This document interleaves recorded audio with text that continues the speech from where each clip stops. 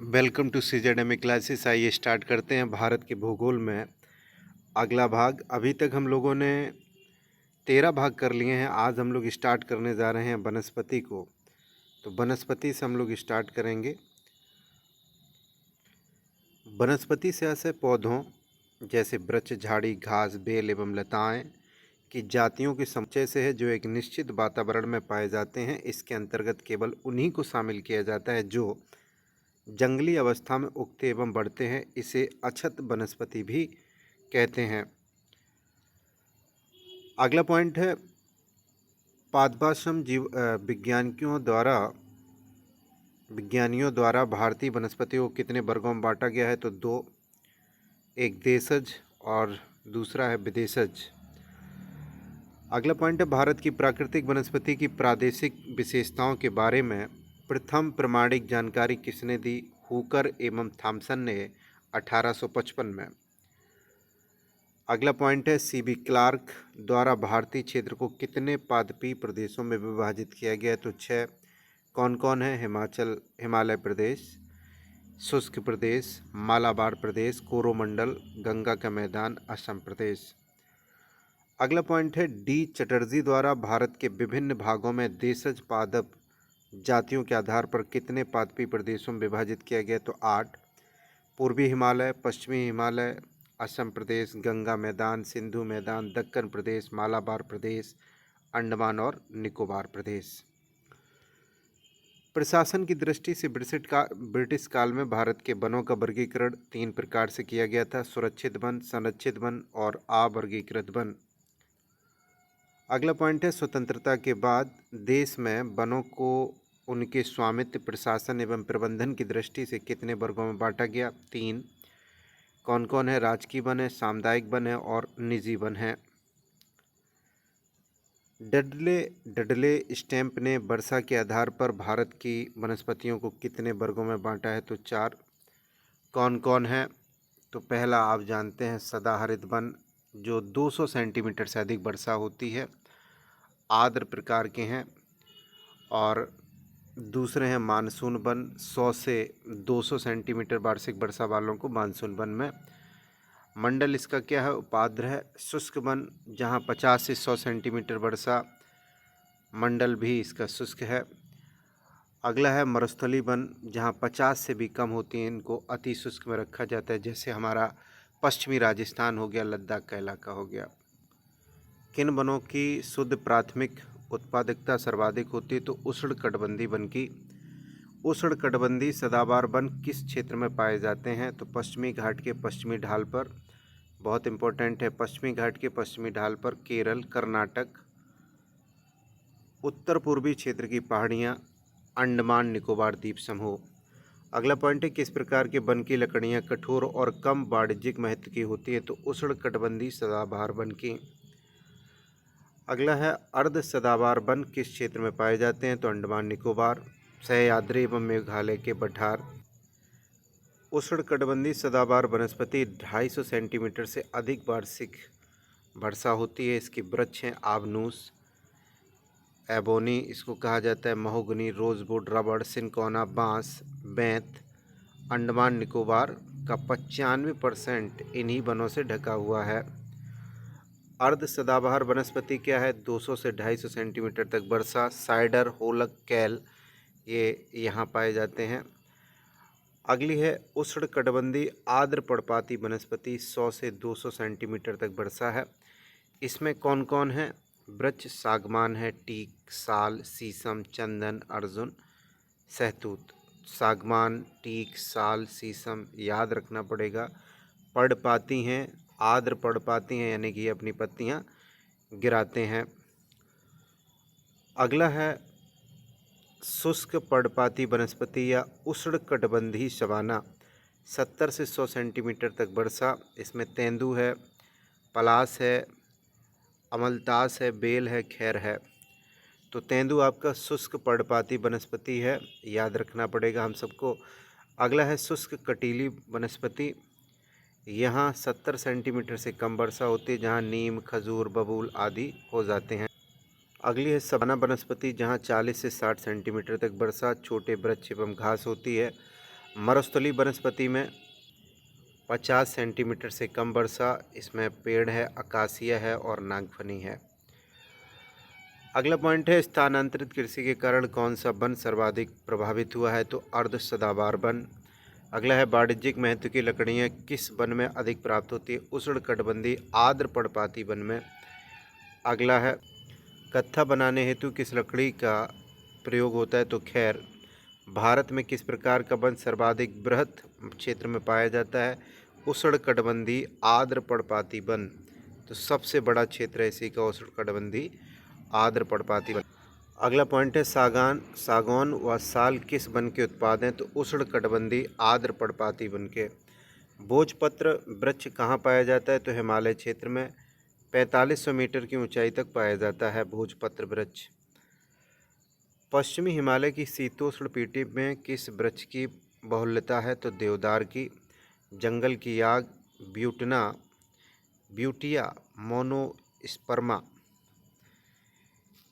Butea monosperma को किस नाम से जाना जाता है, तो ढाक या पलाश। किस पौधे में फूल नहीं होते हैं, तो फर्न में। सागौन वनों का अधिकतम विस्तार पाया जाता है, तो मध्य प्रदेश में। लीसा प्राप्त होता है चीड़ के वृक्ष से। लीसा का उपयोग किया जाता है किसमें, ब्रोजा तथा तारपीन का तेल बनाया जाता है, जिसका उपयोग कागज उद्योग, साबुन तथा पेंट बनाने में होता है। सदाबहार वनों की विशेषता है वृक्षों की बहुरूपता, वन्य प्राणियों की अधिकता, कठोर लकड़ी का औद्योगिक महत्व, घने वन, दलदली भूमि अतः सीमित दोहन। महत्व भी इसका सीमित ही है। उत्तराखंड में लीसा स्वरोजगार एवं ग्रामीण अर्थव्यवस्था का प्रमुख आधार है। 16 वन कहाँ पाए जाते हैं, नीलगिरी, अन्नामलाई एवं पालनी पहाड़ियों पर पाए जाने वाले शीतोष्ण कटिबंधीय आर्द्र पर्वतीय वन क्षेत्र है। सामाजिक वानिकी के लिए उपयुक्त वृक्ष कौन सा है, खेजड़ी। खेजड़ी को किस उपनाम से जाना जाता है, मरुस्थल का राजा। राष्ट्रीय वन नीति 1952 के अंतर्गत वनों को मुख्यतः कितने वर्गों में बांटा गया है, तो 3। कौन कौन है, संरक्षित है, राष्ट्रीय वन है। तो आप जानते हैं इनमें पारिस्थितिकी तंत्र के आवश्यक वन पाए जाते हैं संरक्षित में। राष्ट्रीय वन में इनका उपयोग आर्थिक गतिविधियों के लिए किया जा सकता है। ग्राम वन जो है ग्रामीण क्षेत्र की जरूरतों की पूर्ति करने वाले वन हैं। अगला पॉइंट है राष्ट्रीय वन नीति 1952 के अनुसार देश के कितने हिस्से पर वन होने चाहिए, 1/3, पर्वतीय क्षेत्र में 60% पर, मैदानी भाग में 20% पर। प्रमुख वन अनुसंधान केंद्र देख लेते हैं, तो भारतीय वनस्पतिक सर्वेक्षण विभाग कोलकाता में है, भारतीय प्राणी सर्वेक्षण विभाग कोलकाता, भारतीय वन सर्वेक्षण विभाग देहरादून, भारतीय वन प्रबंधन संस्थान भोपाल, इंदिरा गांधी राष्ट्रीय वन अकादमी देहरादून, भारतीय वानिकी अनुसंधान एवं शिक्षा परिषद देहरादून, भारतीय प्लाईवुड उद्योग अनुसंधान एवं प्रशिक्षण संस्थान बंगलुरु, जीबी पंत हिमालयन पर्यावरण और विकास संस्थान अल्मोड़ा, राष्ट्रीय प्राकृतिक इतिहास संग्रहालय नई Delhi, Indian institute of ecology and environment नई दिल्ली, जवाहरलाल नेहरू उष्णकटिबंधीय वनस्पति बागान एवं अनुसंधान संस्थान तिरुवनंतपुरम। भारत में सर्वप्रथम किस वर्ष वन नीति का निर्माण किया गया, तो 1894 में। संशोधित वन नीति 1988 किन बातों पर अधिक बल देती है, वनों की सुरक्षा, संरक्षण एवं विकास पर। सामाजिक वानिकी में प्रयुक्त किस वृक्ष को पारिस्थितिकी का आतंकवादी कहा जाता है, तो यूकेलिप्टस को।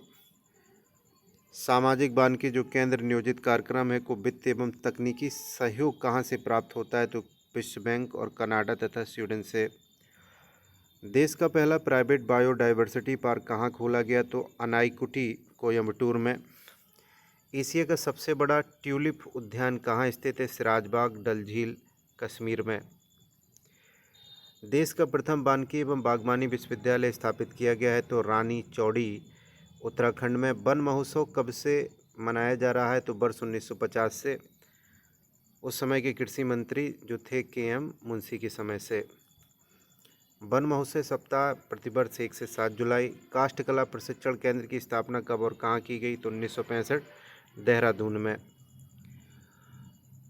अगला है वन संरक्षण अधिनियम 1980 के अनुसार किसी भी वन भूमि को सरकार की अनुमति के बिना कृषि भूमि में परिवर्तित नहीं किया जा सकता है। औषधि पादपों को देख लेते हैं। अश्वगंधा का प्रयोग रक्तचाप के निदान के लिए, अर्जुन है कान दर्द और उच्च जो रक्तचाप है, हाई ब्लड प्रेशर में इसको प्रयोग में लिया जाता है।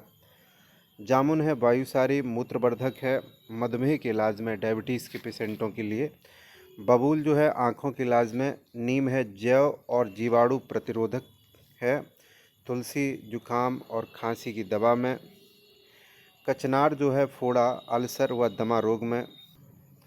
वन संरक्षण अधिनियम 1988 के प्रमुख लक्ष्य क्या है? पर्यावरण स्थिरता, जीव जंतुओं व वनस्पतियों का संरक्षण, लोगों की मूलभूत आवश्यकताओं को पूरा करना।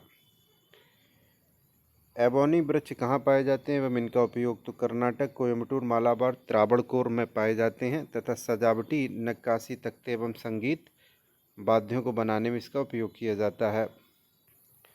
रेजिन कहाँ से प्राप्त होता है? चीड़ के वृक्षों से। टैनिन कहाँ से? तो अर्जुन, वेटल, चेस्टनट, कैसू एरिया, मैंग्रोव जैसे वृक्षों की छाल से टैनिन मिलता है। टैनिन का उपयोग है चमड़े के शुद्धिकरण हेतु। रोजवुड पश्चिमी घाट के ढालों पर मध्य प्रदेश, छत्तीसगढ़, उड़ीसा में उगता है। इसका उपयोग फर्नीचर, वाहन, पहिए, बैगन, फर्श आदि बनाने में किया जाता है। श्वेत सनोवर 2200 से 3000 मीटर की ऊंचाई पर पश्चिमी हिमालय में कश्मीर से झेलम तक एवं पूर्वी हिमालय में चित्राल से नेपाल तक। इसका उपयोग हल्की पेटियां, पैकिंग, दिया सलाई, कागज़ की लुगदी, फर्श एवं तख्ताबंदी आदि में होता है। देवदार है हिमाचल प्रदेश के चंबा जिले में गढ़वाल के पश्चिम पाया जाता है। इसकी लकड़ी कठोर, भूरी, पीली, सुगंध युक्त तथा टिकाऊ है। इससे सुगंधित तेल निकाला जाता है देवदार से। चीड़ हिमालय में कश्मीर से भूटान तक 2500 से 3500 मीटर की ऊंचाई तक उगता है। चाय की पेटियां, फर्नीचर, दिया सलाई उद्योग में प्रयुक्त होता है। इससे रेजिन एवं टर्पेंटाइन यानी कि ब्रोजा प्राप्त होता है। विलो उत्तर पश्चिम हिमालय में पाया जाता है तथा क्रिकेट के बल्ले बनाने में प्रयुक्त होता है। वॉलनट कश्मीर, हिमाचल प्रदेश, मेघालय में पाया जाता है। वाद्य यंत्र, कैबिनेट कार्य एवं नक्काशी में उपयोग होता है। नीला पाइन कश्मीर से सिक्किम तक संपूर्ण हिमालय में पाया जाता है। इमारती प्रयोग है। फर्नीचर एवं रेलों की स्लीपर बनाने में अधिक उपयोगी है नीला पाइन। किस प्रकार के वनों में पत्ते बाष्पोत्सर्जन को कम करने के लिए कांटों का रूप ले लेते हैं? कांटेदार वन में। दंडकारण्य वन क्षेत्र में स्थित राज्य छत्तीसगढ़, उड़ीसा, तेलंगाना एवं आंध्र प्रदेश हैं। लद्दाख में किस प्रकार की वनस्पति पाई जाती है? सदाबहार, शंक्वाकार वन। चंदन वन सामान्यतः कहाँ पाया जाता है? उष्णकटिबंधीय आर्द्र पर्णपाती वन में। शंकुधारी वन किस मिट्टी में पाए जाते हैं? तो पॉडजोल में। इबोनी तथा महोगनी वृक्ष किस वन प्रदेश से संबंधित हैं? अयनवर्ती सदाबहार वन से। हिमालय में अल्पाइन जोन माध्य समुद्र तल से कितनी ऊंचाई पर पाया जाता है? तो 3500 से 4000 मीटर की ऊंचाई पर। विषुवत रेखीय प्रदेश में वृक्ष लंबे क्यों होते हैं? उनमें अधिक से अधिक सूर्य की रोशनी पाने की होड़ होती है, इसीलिए। अगला पॉइंट है वनस्पति के लिए कोई अवकाश नहीं है, विकास शीघ्र, तीव्र, अनवरत और सतत होता है। यह कथन किस वन पर लागू है? वृष्टिमय उष्णकटिबंध पर। 1600 मीटर और 3300 मीटर की ऊंचाई के बीच हिमालय के शंकुधारी वन की मुख्य स्पीसीज कौन है? तो एक सेडार है, पाइन है, साइन है, सिल्वर फर, स्प्रूस आदि। अल्पाइन प्रजाति सफ़ेद फूलों से युक्त ब्रह्मकमल और कुथ का प्रयोग किस लिए किया जाता है? इत्र साजी में। अब सामाजिक वानिकी को हम लोग देखेंगे।